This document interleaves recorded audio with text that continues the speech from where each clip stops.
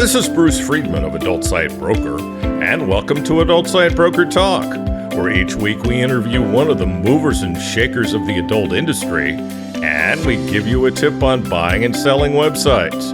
This week we'll be speaking with porn star Reagan Foxx.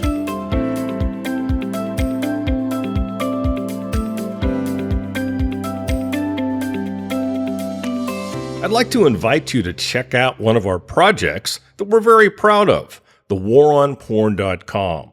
You'll find articles on age verification laws and more on the industry's plight in the war on porn and the numerous attacks on us. Go to thewaronporn.com and check it out. Adult Site Broker has launched a new website at adultsitebroker.com. The attractive new site is easier to navigate and now includes this podcast inside of it. Check it out at adultsitebroker.com. Finally, just a reminder, we're always looking for buyers and sellers of adult sites. Perhaps you've been thinking about either selling your site or buying one. Always feel free to contact me at adultsitebroker.com with any questions you may have. Now time for our property of the week that's for sale at Adult Site Broker. We're proud to introduce a premium AI girlfriend site that gives you your dream girl, always here, always yours. It's a premium AI companion platform focused on emotional realism and deep memory. Users interact with lifelike companions that remember every detail, respond with real emotion, and never leave you. The experience is tailored, scalable, and highly monetizable. From September 2024 to February 2025, the platform saw exponential organic growth with over 310,000 members and an average of over 10,000 members a day. The site has strong retention and recurring revenue. There's a fully self-developed tech stack, back-end, front-end, and fine-tuned open-source AI models. There's zero reliance on third-party AI platforms or teams, unlike their competitors. This is a fully self-developed, profitable, and autopilot-ready operation in a booming niche. The content is AI generated, so there are no copyright or licensing issues. Over the last 3 months, they've had a 38% average retention rate on registered users. 1/3 of the traffic is from the USA, with the majority of the rest of it from Tier 1 countries. The site is a rare opportunity in the AI companion space. With no employees and massive upside potential, this is your chance to own the future of AI intimacy. Only $2.4 million. Now time for this week's interview. My guest today on Adult Site Broker Talk is adult star Reagan Foxx. Reagan, it's so nice to have you here on Adult Site Broker Talk. Thanks for joining us. Thanks for having me. I'm excited. It's a pleasure to have you. Reagan is a true Southern Belle, an award-winning adult actress and cam model who grew up in Kentucky and Alabama before moving to the desert of Arizona. We were just talking about that. As an only child with strict Christian parents, Reagan didn't lose her virginity until she was 18 and out of high school. She didn't even experience her first orgasm until she was 25. My gosh, man. Who wrote this? Wow. I don't know. Is it all true? 25 might be pushing it, but it's pretty close to that. It's pretty close. If you weren't sure, then you didn't have it. Okay. So the All-American MILF never dreamed she would become one of the most desired women in the world. She started camming on MyFreeCams in 2011, good old Leo, to supplement her income.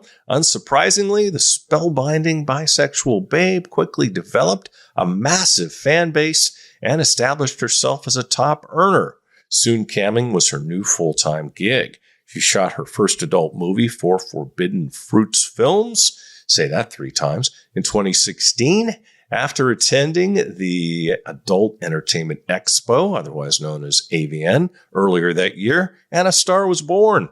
Since then, the many times nominated MILF adult superstar has shot for all the major adult studios. Reagan has racked up nearly 500 titles since she started and is still going strong. In 2023, she won MILF Performer of the Year at the XBiz Awards, and congratulations for that, Reagan. Thank you. Thank you. I love that XBiz show. It's awesome. I do too. Yeah. Yeah. It's so go ahead. Long trip for me, short trip for you. Yep. Okay. Long trip. Let's go. Let's do it. So, Reagan, after more than 10 years in the industry, how have you kept from becoming jaded? That's a really interesting question. I know. That's why I asked it. How do I answer that? I guess I love that people don't think, or you don't think, or someone doesn't think that I'm jaded. And I think that is probably because I came into this business later and I guess older. Yeah, like Cherie. Yeah, yeah. I actually used to watch Cherie. We were both on MFC together, and I would watch her do her exercises and so forth. And she would always say, I'm going to do porn. I'm going to do porn. And I was always like, I am never doing porn. But when I got in, I think I was just already business minded. So I love sex, right? And I love my job. But I came in knowing that it is a business. It is just a job for me. And I don't live in California, so therefore I'm not there with all the drama that may happen. So it doesn't really affect me, to be honest. Yeah. Okay, I understand. By the way, how much do you think growing up in a strict religious home had to do with you getting into adult? I mean, I think a lot of people, when they grow up strictly religious, they end up rebelling. You know, I hear that all the time, right? Mm-hmm. It's always the religious ones that are the freakiest or the quiet ones you have to watch out for. Yeah. That's a great question. I don't think that it caused me to rebel, but I do think that because everything was like, I never went out on the weekends. I never went to parties. I didn't have a television in my room. You know, I didn't really have any type of music in my room, that type of thing. So it's not that I feel like I'm rebelling. I just think that I didn't live life as much. I was really closed in, maybe closed-minded. And I realized that during COVID that I was like, I kind of do live a life that's really sheltered. And I never thought that until COVID and we were all home and, you know, reassessing what life would be like and what we were and so forth. So I just think that I'm more open to experiencing or trying things out now. Yeah, sure. Hey, I loved COVID because you could go to the beach here.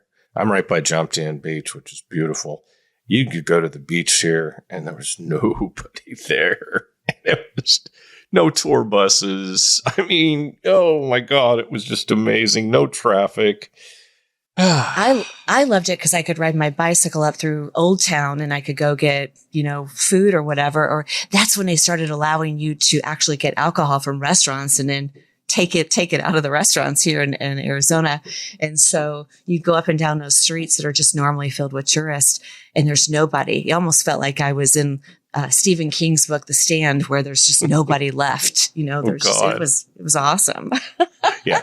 Old Town's great. That is a beautiful place, as I mentioned to you, and I may have mentioned on the podcast before. I go out for baseball spring training to see my beloved Giants every year, and I just love that area. It's fantastic.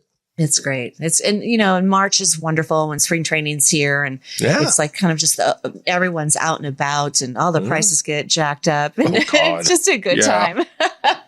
Oh my God, the lodging prices just, they triple. Oh, it's crazy. And then when there's a Super Bowl here, I need to get my house ready so I could just rent it out for the week and just make my mortgage payment. NASCAR. Oh, yes. Final Four. And you guys get a lot of that stuff. Yeah. Mm-hmm. We do. You guys Barrett get a Jackson. lot of that stuff. Yeah, we do. Definitely. So tell us how you came up with the idea for Let Me In. I've heard so many rumors about how this film got its start. Okay, well, I had met Shay Seitz the last year that AVN was at the Hard Rock, and I didn't know who she was. I had never seen her in her movies prior to, and I just thought that this beautiful woman, we looked very similar to one another. Then the following year, we were at Resorts World for AVN at the Circle Bar, and Shay and I were out there and just kind of beginning of our relationship. and started just chatting. And I was like, we look so much alike. I feel like we should do something. We should make a movie. Let's. And she was pretty apprehensive. And she said, they don't really put women of our age together in a movie. So I'm not really sure. And I was like, no, I really think that we should do something. And then I won MILF of the Year, and I wanted to do something really, really big that year. I thought that was, by winning that, it was just going to be like my year. I was going to prove everybody I could do it all over again. And people started confusing her and I on the internet. They would be my picture and they would put her name and vice versa. And she would text me all the time, like, this person did this and this person did that. And so she finally started to kind of come around to, hey, we do look alike and people are confusing us. And that's when she jumped on board. And that was the beginning of Let Me In. It's very near and dear to our hearts. Yeah. Doesn't all the business at AVN happen at the Circle Bar? I always do look for the Circle Bar. I'm a little, when I can't find one, I'm like, where are we going to go? Yeah, it's got to be at the Circle Bar. Yeah, I mean, I know people who don't even go to AVN and they just hang out at the Circle Bar. Smart. You're right. That's where the magic happens. Oh, most definitely. So is it true that there's a sequel for Let Me In coming out? Can you talk about when it's going to be released, and is it going to follow the same premise as the first one? There is a sequel, and we're calling it Let Me In 2 with the TOO. So you get the little. Oh, hey, that's creative. Play on word. Yeah. So it's coming out July 4th weekend. I think it comes out July 1st. I haven't gotten any of the marketing materials or the media packet yet. So I'm dying to see the trailer and so forth. So yes, very soon, in 2 weeks, it'll be out. It's not really like the first. It's more of, the first one was wrecking her following me and wrecking my family over and over and over again. And this shows the last time she wrecked it. And the second one, we're kind of moving forward where we can conquer the world together and maybe build an army. I don't want to give too much away, but there are 2 group scenes in it. The first scene is more of my initiation to becoming an evil shapeshifter like my twin. And then the second one is more of building an army to head out to the world. Man, you guys are going all out. Yeah. People are going to love it. You know what? I don't want to say too much, but it's it's pure taboo. So, it's going to shock, it's going to blow minds, and it's a must watch. I love it when there's plots, to adult films, because there's just too many where it's not really a plot. And I know, a lot of people just scroll through, but, for the next sex scene, but I like the other stuff. Yeah. I like that chunk of that stuff. Yeah. No, absolutely. most definitely. Well, I will give the standard disclaimer. We're recording this in the middle of June, and this will come out in August. So it will already be out, and make sure you get it. Right. Or make sure you watch it again or something. Exactly. Yeah. Mm-hmm. Can you recall the film where you started taking your acting seriously? I was fortunate enough to be in an Axel Braun feature called The Possession of Hyde. And he did it all in black and white. And I had a little small part in it, but I realized at that moment that was what I wanted to do. I wanted to sit all day on set if I had to. I wanted to be in that type of environment where I was watching people work. That film took all the awards that year. My threesome was amazing. Everyone should go watch my threesome with Hyde. But I knew at that moment that was when I needed to start picking up my game, because it felt so good to be a part of that. And I wanted to be a part of anyone else's that asked me. So between that, and then I did the following year, a feature with Misa X called Indecent. And that's when I really started projecting all the skills that I had been practicing for the last year from Hyde to Indecent.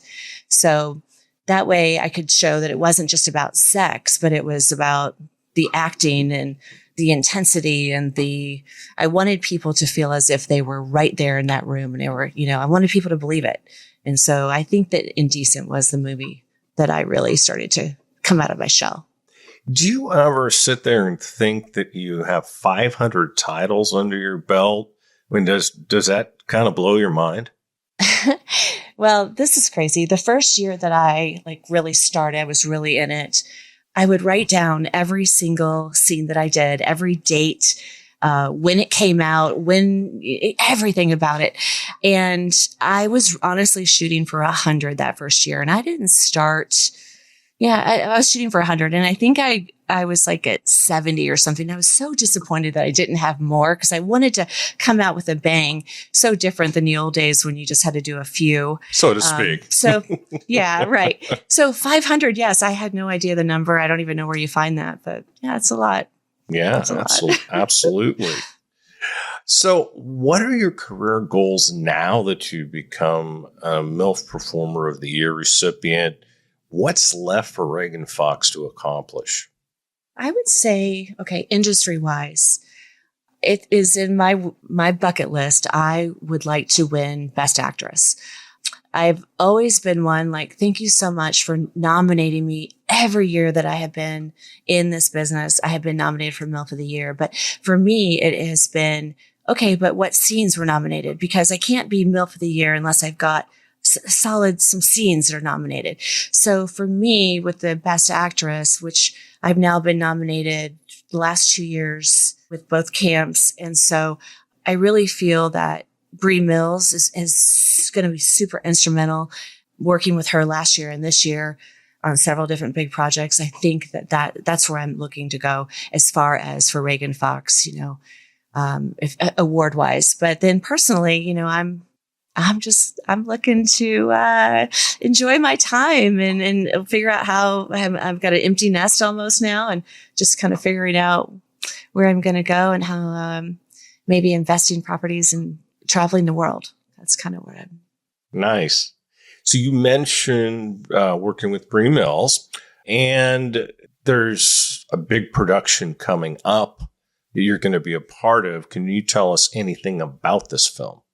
Oh, I can. Bree she's done a lot this year. She's really had a lot of the features and featurettes within different genres. So she's got a lot coming out, but this one is called Hard Stop, and it deals with the different sex addictions, that, women are going to rehab, and these 5 different sex addictions that we deal with in rehab are actually the top 5 most sought out in porn.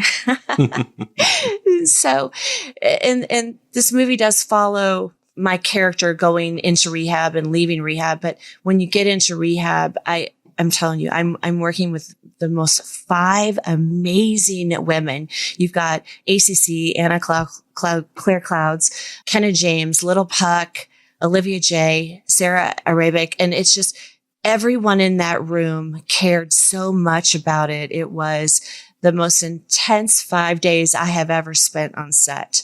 And I cannot wait for the world to see it. Yeah, absolutely. When's it supposed to come out? Now that I believe comes out in August 1st or so forth. Mm-hmm. It's about the time this will run, or a little before. Yeah. It'll be out by the time this runs. Yeah. Okay, good. Well, it's again, just such an honor to be with. I don't usually get to work with women that are just kind of an age group below me. And I had the time of my life. Nice. So who else have you worked with that you want to give shout outs to? I love everyone I work with. I don't know. I cannot think, That's the politically correct answer. My no list is less than a hand. I mean, I love everybody. I mean, I don't love everybody, but I don't have a problem with most people. Yeah, no, I couldn't even say a name. Okay. Fantastic. So Reagan, tell us about your ambassadorship with Pineapple Support. I want to point out that we are proud sponsors. I love that. Yeah. And I've had my own mental health issues from when I was a child to my teens. And so mental health is something I'm a proud bipolar. So mental health is something that's near and dear to my heart. And that was the first organization that I gave to. What convinced you to give back to the industry like this?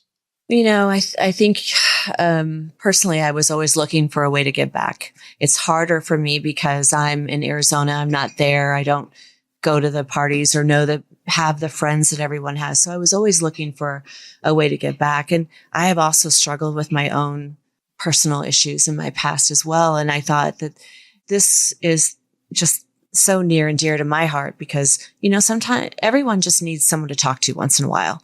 And the fact that you have this and it's free for anyone to call in and to make as many appointments as you need to, and to have that support when you're in such an industry where support may not be readily available. And so it's extremely important for all of us to have this and to talk about it and to support it however we can. Yes. And for everyone listening, if you have a business, be a sponsor, and any part you have in this industry, donate. And if you need their services, they're available.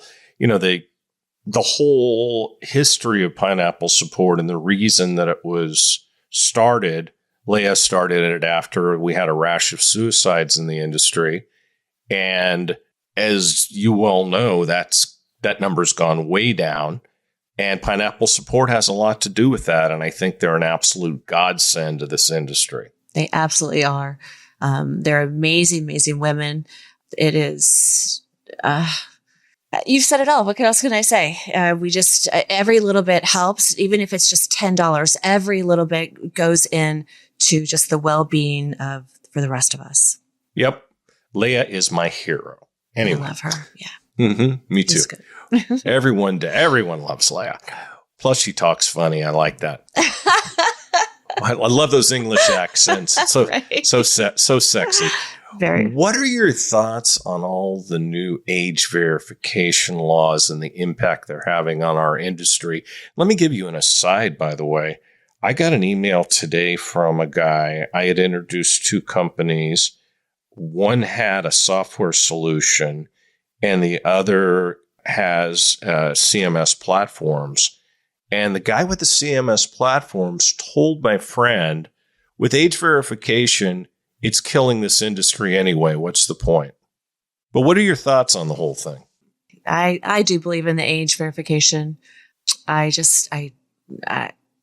did they change that? They changed it because of the credit cards. Is that correct in the past? You had to have a credit card? Why did they change it in the past? Basically the history is this. Our industry had an opportunity a long time ago. I talked about it, it might have been 10 years ago, that the adult industry needs to get together and come up with an age verification platform that everybody agrees on. And if you do that, then it'll keep the government out of it. Well, the government's gotten very, very much involved. Now the government's using it as a way to try to get rid of porn. And this Russell Voigt, who's Trump's budget director and also is on the Federal Communications Commission board, he was caught on hidden camera saying that this is our way of getting rid of porn through the back door. So that's really what all this is based on. Do any of us want kids to be able to see porn? No. Okay. But the problem is that, now all these states are passing these laws, some of them even with criminal penalties. Yeah, so I'm a big proponent of age verification. I feel that without it, it has allowed platforms and all of our content to be stolen and put on sites and so forth. So I'm all for it. So in the age of OnlyFans, how is Reagan Fox doing? Do you have a particular platform where fans can buy your independent content? Yeah, my regular and also my free OnlyFans account are actually doing really well. I haven't seen a dip or anything. They're doing great. I do still upload on Loyal Fans, Minx, and ManyVids, but I'm new at this, but I'm kind of veering over to YouTube. I have a Reagan Fox TV, channel, and I'm hearing that people are kind of making some switches over to YouTube. So I'm testing the waters over there. Be careful. Yeah. Easy to get banned. Definitely not any like normal Reagan Fox stuff, normal life stuff that I feel like people would want to see. Be careful what URLs you put in there. Oh, absolutely. Absolutely. Yeah. Thank you for that. Yeah. I have 2 strikes. So. Oh, you do? Well, yeah, because I was promoting my podcast and I was putting URLs in there and I realized that was the problem. And so I stopped doing it and now it's fine. But okay. Okay, good. Well, thanks for that. I'm glad I said something. Hey, I'm sorry for you. This is all about information. It's okay. I didn't lose it. This is all about information for our audience and for our guests. Okay. I love it. Thank you. I've heard the Reagan Fox store saw some new prototypes unveiled. What do you plan on bringing to your fans in the second half of 2025? Well, currently right now we have this cool ass logo. And so we have shirts and hats and beanies and stickers made of that. So I've got some other stuff, but I don't want to say anything just yet, but I will always take ideas if someone wants like a cum rag or whatever, or someone wants to paint me on the side of a oh my God, a cum rag. I'm totally down. I used to do cards, like playing cards and so forth. And so, yeah, I don't want to quite say, but I'm always interested if someone wants to put me on their skateboard or their paddleboard. I'm down. Let me ask you about the cum rag, however. Would it be one that had cum on it? No, it would be if it comes fresh. Maybe that'd be an extra charge for that one. Yeah, you better check local regulations and all that as well. I was thinking just my face with my mouth open, or just something like that. Love it. I love it. I used to have this. It used to be a running joke with a girlfriend I had about cum towels. So. That's a throwback for me. Good. I'm glad I could help. Hey, everything helps. Reagan, let's make you the critic now. Okay. Tell us what your favorite scenes are in your career, the sex, the acting, the performance, and what was going through your head during them. Well, I'm going to have to say Indecent with Misa X again. It's where I play a hot wife I've got Ryan Driller, who's kind of my stag demanding husband and telling me what to do, super bossy, and I'm reluctant and so forth. And I have to tell you that I've never been as turned on in all my career as I was during that scene. I mean, I was having sex with Ryan Driller and, Quentin James. And it was, I honestly, for weeks after, I was still so turned on. All I wanted to do was just fuck. I just really, really did like that. Let Me In, man, that's my baby, right? So I absolutely, love that one. Let Me In 2 was amazing that we had a sequel, which is not really heard of, within the industry. And then my most recent was Hard Stop with Bree Mills, just because she just kept pushing and pushing for more and to be better. And I'm very, very appreciative of that. How much does a director have to do with the success of a production? For me, I'm kind of that person that I want to be critiqued. I want to know what I'm doing. I want to come in and I want to work on it. It might hurt my feelings, but I'm just one that wants to make I never go into a scene without wanting it to be my absolute best. And, sometimes it's not, you can't help that it wasn't. So I think that throughout the years of all the directors telling me, like Alan Bystills, I need you to be creepier. Mike Quasar said, you need to always bring it. If the person doesn't bring it, it's your job to bring it. Craven always tells me to do more. And Bree Mills was like, I just need you to lean into it. Just whatever you're feeling, I just want to see it. And so I appreciate all of those words. That's interesting. That's very interesting. Because I think a lot of people don't realize what goes on behind the scenes. And I think that there's probably a market for more behind the scenes type of video.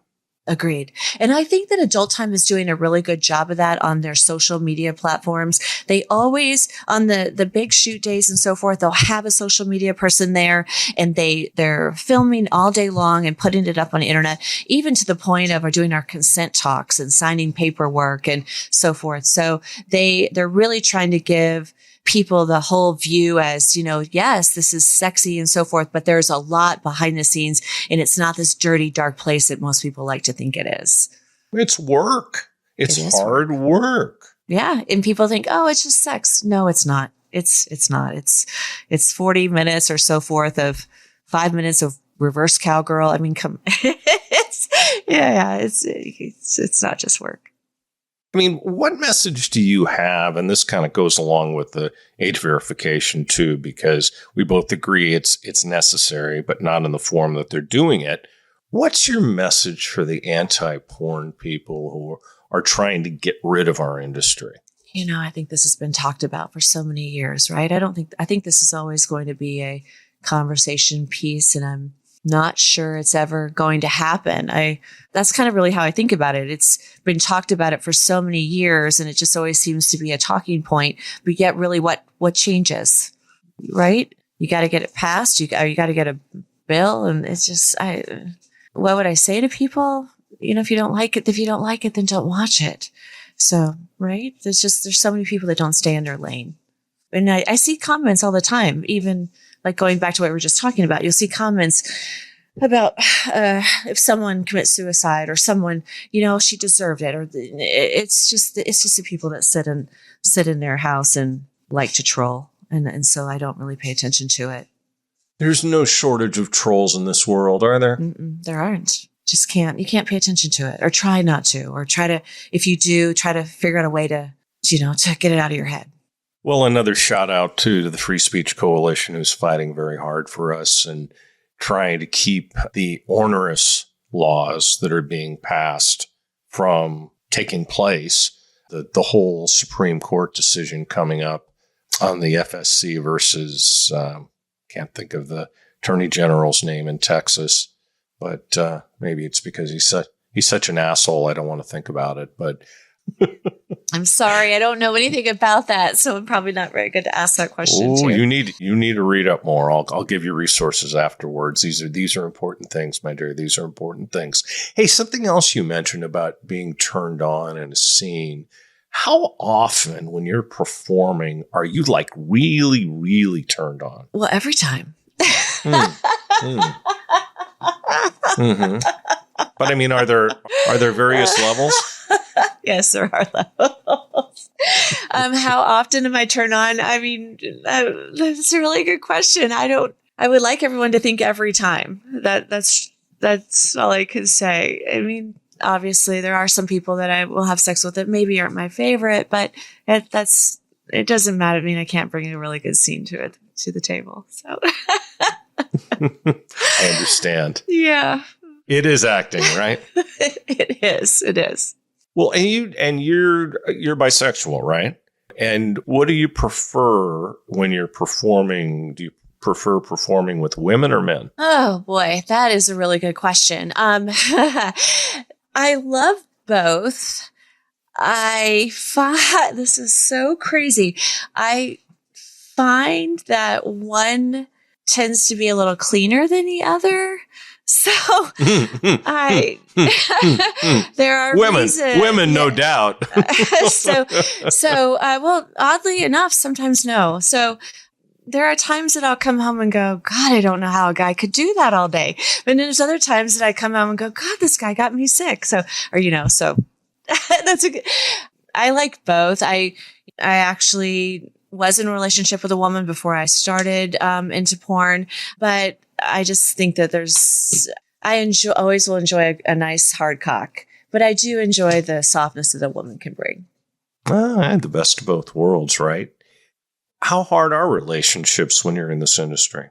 I've been very lucky. I've really had someone with me the whole time that cheerleads me through the whole process. So I think that I've been fortunate enough to have already had somebody coming in, whereas other people maybe are struggling to find someone because they are in the industry, but then there are a lot of great relationships within the industry too. I really love those as well. So I don't know if it's any different. I mean, I talked to Sylvia Sage and she says it's hard.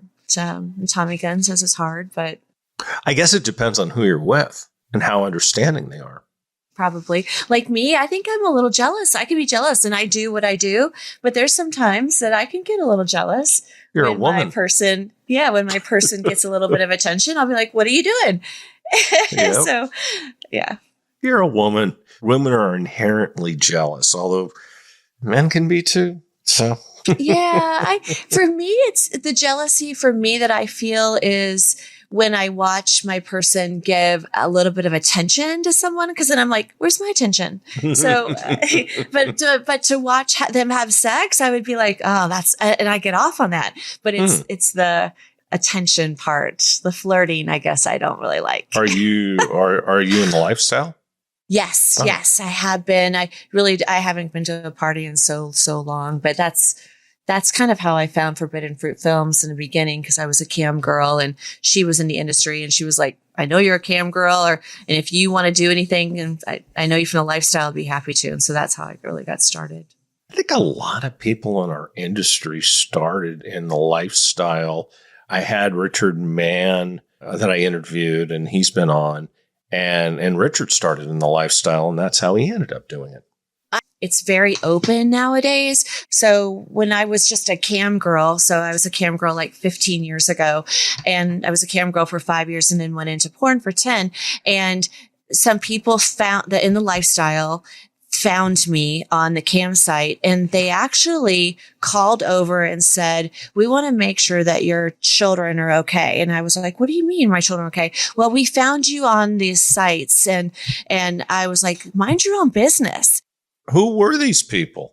They were lifestyle people that would travel. So there was lots of different people from different cities. So of course it all spread. And, I'm just thinking, you guys are a bunch of dorks. You were riding your bike going, oh, guess what? Reagan is, she's now doing this and that. And, but now it's so open and acceptable. And you see a lot of the lifestyle community doing, they're all content creators now and so forth. So yeah, you see a lot more of it. That flabbergasts me, because I would think if you're in the lifestyle, it should be pretty open to anything.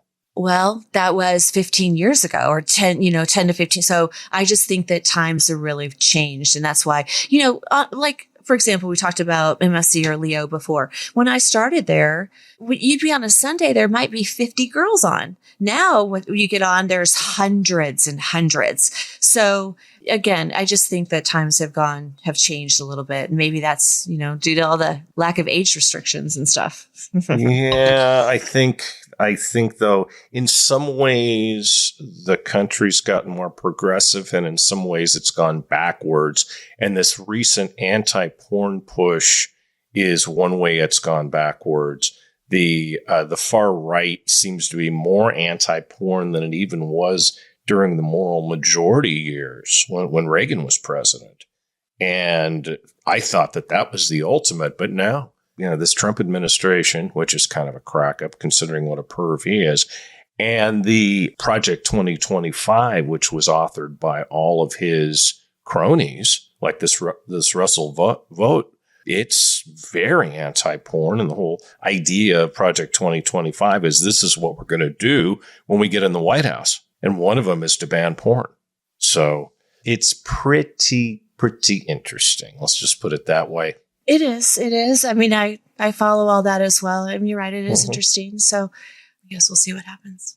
And if anyone wants to follow what's going on with all the anti-porn stuff, I've got a website called thewaronporn.com. It documents through media articles all of the many things that are happening against our industry. So you might want to check that out, Reagan. It's pretty cool. So I can throw a plug in there. Shameless self-promotion. That's okay. That's what this is about. Yeah. Tell us what your thoughts are on AI and porn. You've got a project with that. Do you think AI will someday replace performers? Yeah, I do have 2 AI accounts, one with Spicy AI and also with Extra Naughty. You know what? And I look fantastic as an AI person, and the voice is almost just right, but they're not exact, right? They're never going to take the place of Reagan Fox. Will they help Reagan Fox as she grows older and wants to eat this hamburger and doesn't want to, go on a diet? Yeah, that'll be great. Do I think that it'll actually take over? Well, gosh, I hope not. I hope not. But do I wonder if we'll ever have legendary performers? Yeah, that might be more of a concern. Will we still have our legendary performers, or will AI take over? I don't know. It's a good question. Yeah, AI is going to take a lot. It's going to take a lot of mainstream jobs. It already is. Yeah. People are making money on, you see it all over Instagram and TikTok, how they're making money off these AI models. Every website you go to has an AI bot chat. Hey, mine does. So. Yes. And now Amazon is doing it where you can put your body type, your AI body type in, like, if you're like looking for clothes or something. Yeah. It'll measure for you. Like me. I don't like that. Oh, it's kind of cool. Kind of cool. Oh, Amazon, they're always in front of everything. Bezos is so freaking brilliant. I think he's one of the smartest, if not the smartest entrepreneur ever. Sorry, Elon. Not sorry. Okay. Well, doing the medical stuff through Amazon is amazing as well. Getting your prescriptions, that's absolutely amazing. Yeah, there's some pretty good options now. Mark Cuban started that. I think it was even before Amazon. Mark Cuban started his cost plus drugs. And basically, the whole idea is that they have, I don't know, it's like 15% profit, and they sell it for cost plus 15%. Huh. That's crazy. That's amazing. Yeah, well, I've always been a big fan. I wish he'd run for president. I'd vote for him in a second. You can still vote even though you live over there? Well, that's an interesting question you ask, because last time I've been voting, believe it or not, over the years by fax. You can actually vote by fax with your local registrar. I tried to get a ballot this time and couldn't get it. They kept sending me a link for a mail-in ballot. And I think I filled that out, and a month and a half after the election, I got the ballot. I'm so sorry. I'm sorry. That's terrible. Well, I certainly sure as hell wouldn't have voted for Trump, but hey, it's California. No. Like it matters, right? Right. That's true. Arizona matters. Okay. Arizona definitely matters. So maybe I should change my registration to Arizona. Anyway, I actually have an address there, so maybe I will. There you go. I mean, there's so many of you all over here now. So indeed. Yeah, that's kind of like California too. That in Texas. Yeah, I agree. Do you have any plans for mainstream acting in the future? Oh my gosh, I would love to. I mean, whether it's commercials or soap opera, or, if there's like a fan who's a director that needs me to be in a small little role for Netflix or something, sign me up. I'm down. I will spend all day on set. I think that experience would be amazing. Do you have an agent that's pursued it? No, I did talk to somebody who gave me some leads. I just have to follow up on it now. There you go. This takes work. Yep. That's all. Yes, it does. Tell me what goes through your mind when you get a call sheet or a script, when you discover who you're performing with, who the director is, and what kind of scene you're performing. Oh, well, I am the person that will badger a director until I get it. I'm a person that has to be prepared. I need to be prepared. I want to be as off book as I can be. I want to give a great scene. I want to know exactly what I'm talking about and how I can do that role. So for that, and then regarding the talent, I don't really care about the talent. I'm just looking to see if the person's like a seasoned person or if they're new. So I know what my day is going to entail. Is it going to be a quick, easy day, or is it going to be, I don't know. Let's see if everything's working accordingly. And then regarding the directors, I love the directors. My actual favorite time on set is seeing the directors and the crew, because it's like seeing old friends that, I haven't seen in a while. So that's it. Yeah. Okay. Who's been the woman who's inspired you the most in today's industry, and why? That is a great question. I can't say there's one person particularly, because when I came into the industry, I really wanted to stay authentic to who I was, and I didn't want to, say the same words or do things that other people were doing. So That's a really great question. So regarding talent, I mean, these girls were strong when I came in, and they've ended up being just wonderful people to me. Kendra Lust and Brandy Love and India Summer, Rochelle Ryan, they're always there to help out and so forth. But I would say, like, as of today, right now, the person that probably the female that has inspired me the most, that's going to be Bree Mills right now. And honestly, it's because she brings out, at this moment, she brings out the absolute best in me. And I have to say, she's a woman that wanted to do porn differently. She's gone in, she's taken charge. She's doing things, that people are noticing. And so, yeah, that's my girl right now. She's a star. There's no two ways about it. Mm-hmm. Oh, hello, doggy. Yeah, I got a bunch here. Oh, how many do you have? I have 4 right now, and then a cat. I got you beat. I got 5. Oh, you lucky you. I lost 2 Frenchies last year, but we won't talk about that. You're still the winner to me there, Bruce. I lost my Bernie last year, so it just rips your heart out, right? I know. And then you don't want to do it again, but then you can't deprive yourself of love, the love they give you. So many dogs need homes here. Yes. Yes, we adopt them. We adopt puppies, street dogs. So. Oh my gosh. Yeah. I just came back from Mexico, cause I'm looking to get property down there, and, there's just dogs and cats everywhere. And, I'm finding I take my food out to them, and I don't know if my heart's going to be able to survive it, but I'm going to try. Bring 1 or 2 home. Anyway. Love it. Yeah. Reagan, I'd like to thank you so much for being our guest today on Adult Site Broker Talk. And I hope we'll get a chance to do this again soon. Me too. Thanks for the time, Bruce. I really do appreciate it. Thank you. My broker tip today is part 1 of what to do to make your site more valuable for when you decide to sell it later. First, make sure you're converting as much of your traffic as possible. Traffic's expensive, whether it's search engine traffic, review site traffic, or affiliate traffic. You paid a lot for it. So make sure that when someone lands on your site, you give them every opportunity possible to either spend money or do whatever it is you want your visitors to do. In the case of a pay site, make sure your billing options allow as many people as possible to buy. Have multiple ways to pay. In North America, most everyone has a credit card.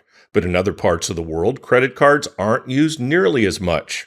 In Europe, for instance, credit card usage is low, so look for billing options that will match the areas where your traffic comes from. In Europe, ACH and debit cards are used a lot. In Africa and other developing nations, many people pay by mobile. Do your homework and find out how people pay in the regions you get most of your traffic. It will make you more money. The worst thing you can do is get a visitor, have them want to buy, but since you don't have their preferred way to pay, they can't.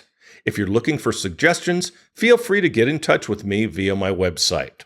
Along with this is to improve your user experience. Make your site attractive and easy to navigate. People have more options than ever these days. I can't tell you how many sites I go to, even some that are owned by large companies, where the navigation isn't obvious to the user. You poke around for what seems like forever to do something that should be relatively easy. Keep it simple. Before you launch any changes to your site, ask your friends to go to the site and check it out. Unfortunately, designers and tech geeks don't think like us. You need real people to look at your site for you. The same kind of people who will be visiting your site. We'll talk about this subject more next week. And next week we'll be speaking with Lucy Banks of Million Billion Media. And that's it for this week's Adult Site Broker Talk. I'd once again like to thank my guest, Reagan Fox. Talk to you again next week on Adult Site Broker Talk. I'm Bruce Friedman.